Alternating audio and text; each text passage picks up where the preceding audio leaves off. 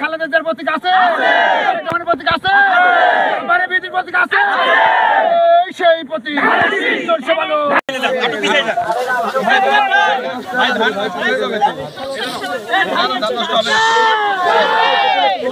একটু টাকা না পা ধান কেটে একটু তাকাবে ধান দিয়ে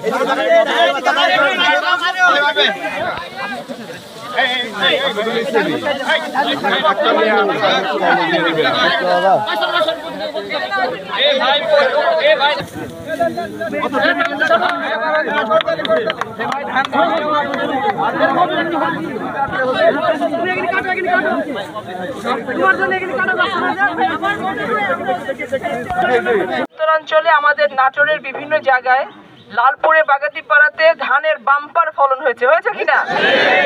আল্লাহর অশেষ রহমতে এবার কৃষকদের ঘরে গোলা ভরা ধান উঠবে এবং এটা আমরা সবাই সৃষ্টিকর্তার কাছে কৃতজ্ঞতা জ্ঞাপন করি যে আল্লাহর অশেষ রহমতে এমন কোনো দুর্যোগ আসেনি, প্রাকৃতিক দুর্যোগ আসেনি, আমরা আমাদের কষ্টে এই যে বোনা ধানগুলোকে আমরা ঘরে তুলতে পারবো। আমরা বিগত কয়েক সপ্তাহ ধরে দেখেছি, যখন আমরা গণসংযোগ করতে এসেছি, নির্বাচনী গণসংযোগ, তখন আমরা দেখেছি যে আমরা এখানে মানুষ, আমাদের কৃষক যারা আছেন, আমার বাবারা চাচারা, ওনারা এই ধান কাটতে গিয়ে অনেক কষ্ট করতে হচ্ছে, ওনাদেরকে অনেক ধান কেটে নিয়ে ঘরে তুলতে হচ্ছে।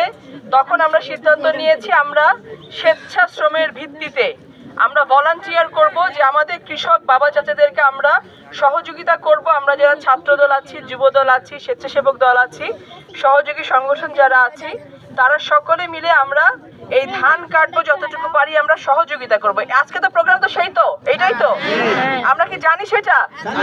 তাহলে আমি আপনাদেরকে অনুরোধ করব যে আপনারা প্রত্যেকে এই গেঞ্জি গায়ে দিয়ে আমার পেছনে পেছনে ঘোড়া বাদ দিয়ে যেই কাজে আমরা এখানে এসেছি সেই কাজটা করবেন। আপনাদের মেইন কাজটা হচ্ছে যে আমার কৃষক বাবা চাচা যারা কষ্ট করছেন তাদের কাছে যাওয়া, তাদেরকে সহযোগিতা করা, তাদের ধানটা কেটে তাদের ঘরে উঠিয়ে দিয়ে, অথবা যে তারা যেটা করতে বলেন সেটা করা।